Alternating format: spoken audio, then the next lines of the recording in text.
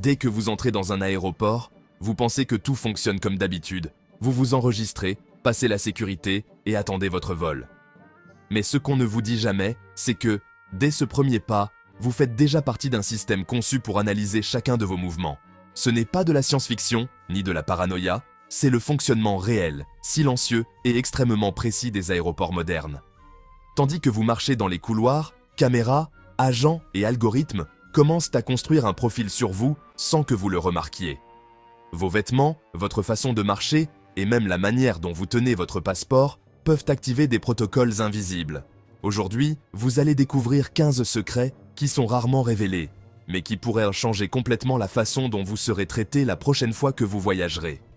Restez jusqu'à la fin, car le dernier secret se déroule sous vos yeux et presque aucun passager ne le détecte. Des codes secrets utilisés juste sous votre nez. Pendant que vous attendez dans la file d'attente ou que vous vous approchez du comptoir, vous pourriez entendre le personnel parler en utilisant des phrases qui semblent tout à fait normales, mais qui, en réalité, cachent des significations très spécifiques. Les compagnies aériennes et les équipes de sécurité utilisent des codes verbaux pour identifier les passagers nécessitant une surveillance accrue, d'éventuelles inspections, des situations sanitaires ou des protocoles spéciaux. Ces mots sont choisis précisément pour ne pas créer d'alarme parmi les autres voyageurs. Le plus intriguant, c'est qu'ils peuvent parler de vous sans que vous ne le remarquiez. Parfois, une petite incohérence dans les documents, un geste nerveux ou une donnée qui ne correspond pas entre les systèmes suffit pour que les employés commencent à communiquer de manière codée. Ces codes permettent de coordonner des actions rapides et discrètes sans perturber le flux de l'aéroport, et ils sont bien plus courants que la plupart des gens ne l'imaginent. Votre empreinte numérique compte plus que vous ne le pensez. Bien que cela puisse paraître surprenant, dans certains aéroports, l'absence totale de présence en ligne génère plus de doutes que d'avoir des réseaux sociaux. Cela ne s'applique pas de manière officielle ou universelle, mais certains systèmes considèrent comme anormal qu'un passager n'ait aucune trace numérique, surtout sur les vols internationaux ou les routes sensibles. Des profils incohérents, nouvellement créés ou avec une activité minimale peuvent aussi attirer l'attention. Ce n'est pas qu'ils inspectent vos réseaux un par un, mais les algorithmes croisent des données provenant de sources publiques pour vérifier les identités. Lorsqu'ils trouvent des lacunes trop importantes, ils peuvent déclencher des vérifications supplémentaires. Pour un passager ordinaire, cela passe complètement inaperçu, mais cela aide à expliquer pourquoi parfois des personnes qui n'ont rien fait d'étrange finissent par répondre à plus de questions que prévu. Dans un monde où presque tout le monde laisse une empreinte numérique, n'en laisser aucune est plus frappant qu'il n'y paraît.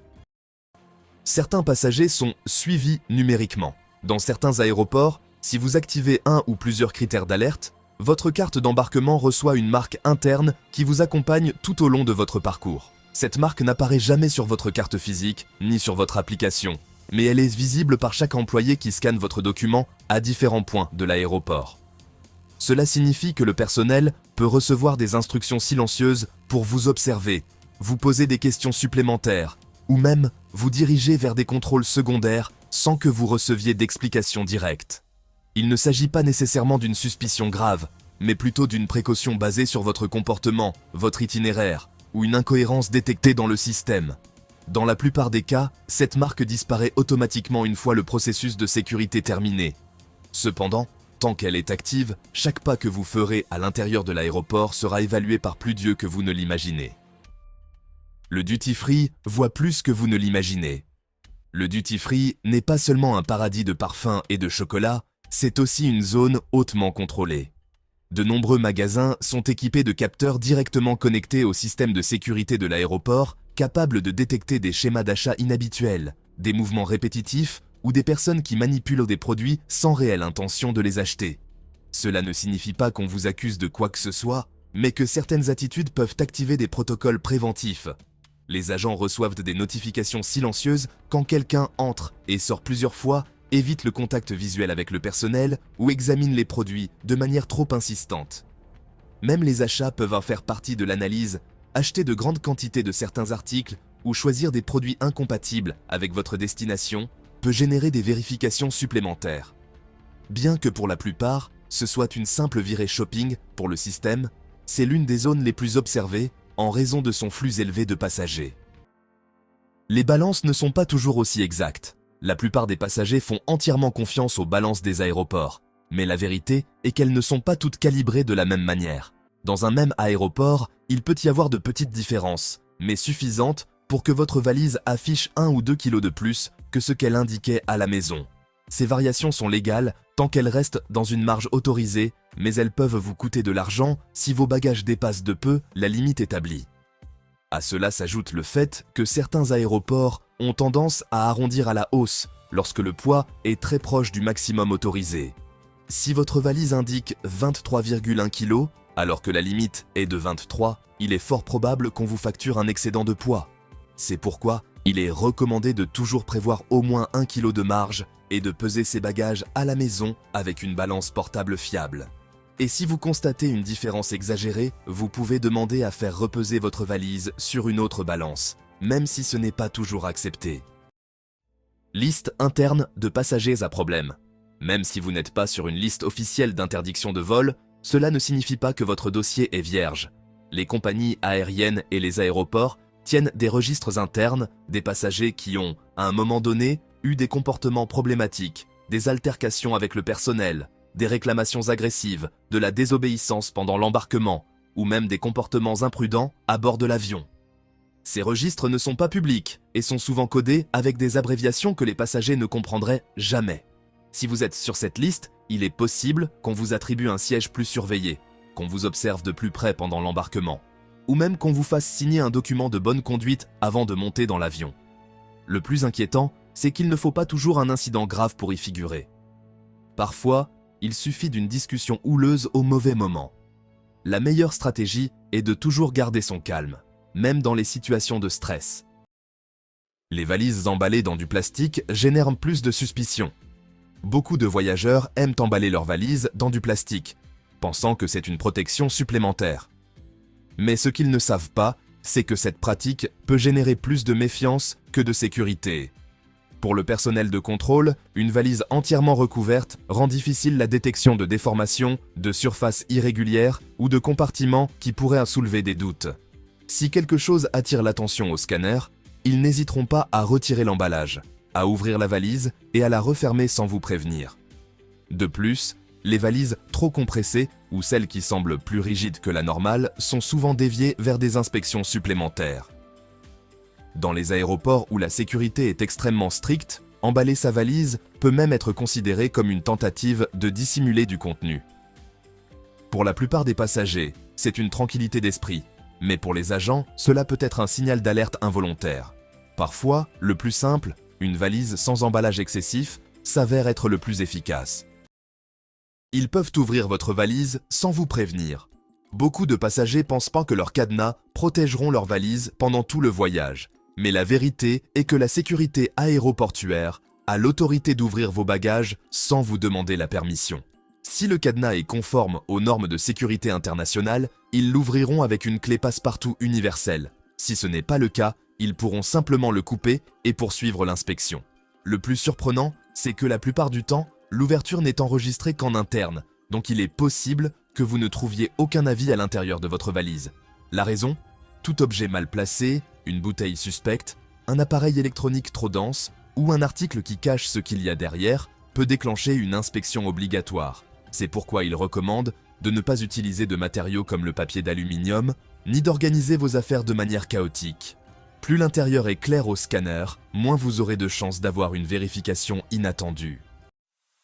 Ils savent exactement combien vous avez payé votre billet.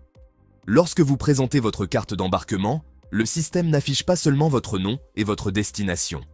Il révèle également le prix payé, si vous avez utilisé des points ou des miles, si c'était un tarif promotionnel et si votre billet est remboursable. Cela ne devrait pas influencer la façon dont vous êtes traité, mais dans certaines situations, cela a des conséquences directes. En cas de surréservation, de changement d'avion ou de problème de siège, les passagers ayant des tarifs plus bas sont souvent les premiers à être réaffectés ou déplacés. Ils peuvent aussi avoir moins de priorité pour les surclassements ou pour résoudre les incidents pendant l'embarquement. A l'inverse, ceux qui ont payé des tarifs plus élevés ou flexibles bénéficient souvent d'une attention plus rapide et de plus de chances de recevoir des améliorations spontanées si le vol est complet. Même si la plupart des passagers se réjouissent de trouver une bonne affaire, maintenir une attitude confiante et polie peut vous aider à compenser ce que le système sait déjà sur votre tarif. Votre valise est suivie à chaque étape. Après avoir déposé votre valise au comptoir, beaucoup de passagers croient qu'elle se contente de voyager sur un tapis roulant jusqu'à l'avion. Mais la réalité est bien plus complexe. Dès qu'une étiquette avec un code barre ou une puce RFID est apposée, un suivi constant commence, traversant plusieurs filtres automatiques. La valise est photographiée, scannée et pesée plusieurs fois pour confirmer qu'elle correspond à votre identité. Les aéroports recoupent ces informations avec votre historique de voyage, votre origine, votre destination, et même si vous voyagez seul ou accompagné. Si le système détecte quelque chose d'inhabituel, comme un poids étrange ou un objet trop dense, il peut envoyer vos bagages à une inspection supplémentaire sans vous en informer. Parfois, la valise passe par des déviations internes invisibles pour les passagers. C'est pourquoi, même si vous pensez qu'elle ne fait qu'avancer sur les tapis, en réalité, elle est surveillée à plus de points de contrôle que vous-même. Les scanners voient bien plus que des métaux. Beaucoup de gens croient que les scanners ne détectent que les objets métalliques, mais cette technologie est dépassée depuis des années. Les scanners à ondes millimétriques identifient les différences de densité, ce qui peut révéler des papiers pliés dans des endroits inhabituels ou même des liquides cachés en petites quantités. Si vous avez des plis étranges dans vos vêtements, un patch épais ou une poche intérieure qui ne devrait pas être là, le système le signale à l'écran pour une vérification supplémentaire. Même une simple serviette oubliée dans une poche peut déclencher une alarme. De plus, les agents sont formés pour zoomer sur les images quand quelque chose ne colle pas et analyser des zones spécifiques du corps avec plus de détails. Peu importe que vous n'ayez rien d'interdit, parfois, une ombre mal interprétée suffit pour qu'ils aient besoin de vérifier manuellement. Pour le passager, c'est agaçant, mais pour eux, c'est l'étape finale pour s'assurer que tout est en ordre. Le contrôle aléatoire n'est presque jamais aléatoire. Beaucoup de passagers pensent que le contrôle aléatoire est exactement ça, aléatoire. Mais la réalité est bien différente. Derrière ce processus se cachent des algorithmes capables de détecter des schémas inhabituels en à peine quelques millisecondes. Acheter un billet à la dernière minute, payer en espèces, choisir des itinéraires peu communs ou voyager sans bagages enregistrés peut déclencher certaines alertes. À cela s'ajoute le comportement pendant le trajet vers le contrôle. Éviter de regarder les agents, marcher de manière rigide ou montrer une nervosité évidente vous place automatiquement dans une catégorie spéciale. Même si votre nom est similaire à celui de quelqu'un sur une liste de surveillance, vous pourriez être sélectionné sans savoir pourquoi. L'aéroport ne vous donnera jamais la vraie raison. Pour le passager, c'est un contrôle aléatoire. Pour le système, c'est un profil qui a rempli trop de critères en même temps. Oui, les vêtements que vous portez déterminent si vous serez fouillé. Même si cela peut sembler injuste, votre tenue influence directement la probabilité que vous soyez contrôlé. Les vêtements trop amples, les manteaux très lourds, les capuches relevées ou de nombreux accessoires métalliques compliquent la lecture des scanners. Pour le personnel de sécurité, toute ombre ou densité qui n'est pas clairement visible peut être une raison suffisante pour un contrôle manuel. Même le fait de porter une simple ceinture large ou des chaussures avec des renforts métalliques peut déclencher une alarme sans que vous fassiez quoi que ce soit de mal. Il peut également être suspect de s'habiller de manière trop sophistiquée pour un vol court ou de porter des vêtements qui ne correspondent pas au climat de votre destination. En fin de compte, la meilleure stratégie est de s'habiller de manière confortable et pratique, sans excès ni accessoires inutiles. Il ne s'agit pas d'impressionner, mais d'éviter que les systèmes automatiques ne détectent quelque chose qui n'existe pas et ne vous retardent inutilement. Les caméras ne font pas que filmer. Elles analysent. Les aéroports modernes ne comptent plus uniquement sur la vue humaine. De nombreuses caméras sont connectées à des systèmes capables de détecter des comportements anormaux, basés sur des milliers d'enregistrements précédents. Elles ne cherchent pas seulement quelque chose de suspect. Elles comparent aussi votre rythme, vos mouvements et votre direction avec ce qui est habituel dans chaque zone. Si vous entrez dans une zone où presque personne ne va, si vous changez de direction plusieurs fois sans raison apparente, ou si vous restez immobile trop longtemps, le système l'enregistre et peut envoyer une alerte silencieuse au personnel. Même la reconnaissance faciale peut vérifier votre identité avec celle de votre passeport avant même que vous ne le présentiez. Pour vous, ce n'est qu'une caméra de plus. Pour le système, vous êtes un motif en mouvement qui doit correspondre à une série de paramètres établis. Si vous correspondez, personne n'intervient. Sinon, ils peuvent commencer à suivre votre parcours sans que vous n'en ayez la moindre idée. Le comportement surveillé dès le premier pas. Ce que beaucoup de passagers n'imaginent pas, c'est que l'observation commence avant même d'arriver au contrôle de sécurité. Dans les plus grands aéroports, il y a du personnel spécialement formé pour détecter les signes d'inconfort ou de tension. Il ne s'agit pas de vous surveiller pour le plaisir, mais de prévenir les problèmes avant qu'ils n'apparaissent. Si vous marchez trop vite, en regardant constamment autour de vous, si vous semblez préoccupé sans raison, si vous lâchez vos bagages pour ajuster vos vêtements à plusieurs reprises, ou si vous vous arrêtez dans des zones où personne ne s'arrête habituellement, cela attire immédiatement l'attention. Pour vous, c'est un geste quotidien. Pour eux, un schéma qui peut indiquer du stress, de la nervosité ou simplement quelqu'un de désorienté. Le plus curieux, c'est que cette première observation est généralement silencieuse. Vous ne le remarquerez jamais, personne ne vous dira rien et, si tout semble normal, vous continuerez votre chemin sans savoir que vous avez été évalué en quelques secondes. Maintenant que vous connaissez le fonctionnement de ces 15 secrets, il est facile de se rendre compte qu'un aéroport est bien plus qu'un bâtiment rempli de voyageurs. C'est un système extrêmement organisé, où chaque mouvement est analysé pour tout garder sous contrôle. Rien n'est laissé au hasard. Vos vêtements, votre valise, votre comportement et même votre présence numérique influencent la façon dont vous serez traité tout au long du processus. Le savoir ne doit pas générer de la peur, mais un avantage. Un passager informé comprend mieux ce qui se passe autour de lui et évite les surprises inutiles. La prochaine fois que vous traverserez un aéroport, vous comprendrez des signaux qui passaient inaperçus auparavant. Et, surtout, vous voyagerez avec plus de sécurité et de confiance. Après tout, dans un environnement aussi complexe, avoir une longueur d'avance peut faire la différence entre un voyage tendu et un voyage vraiment tranquille.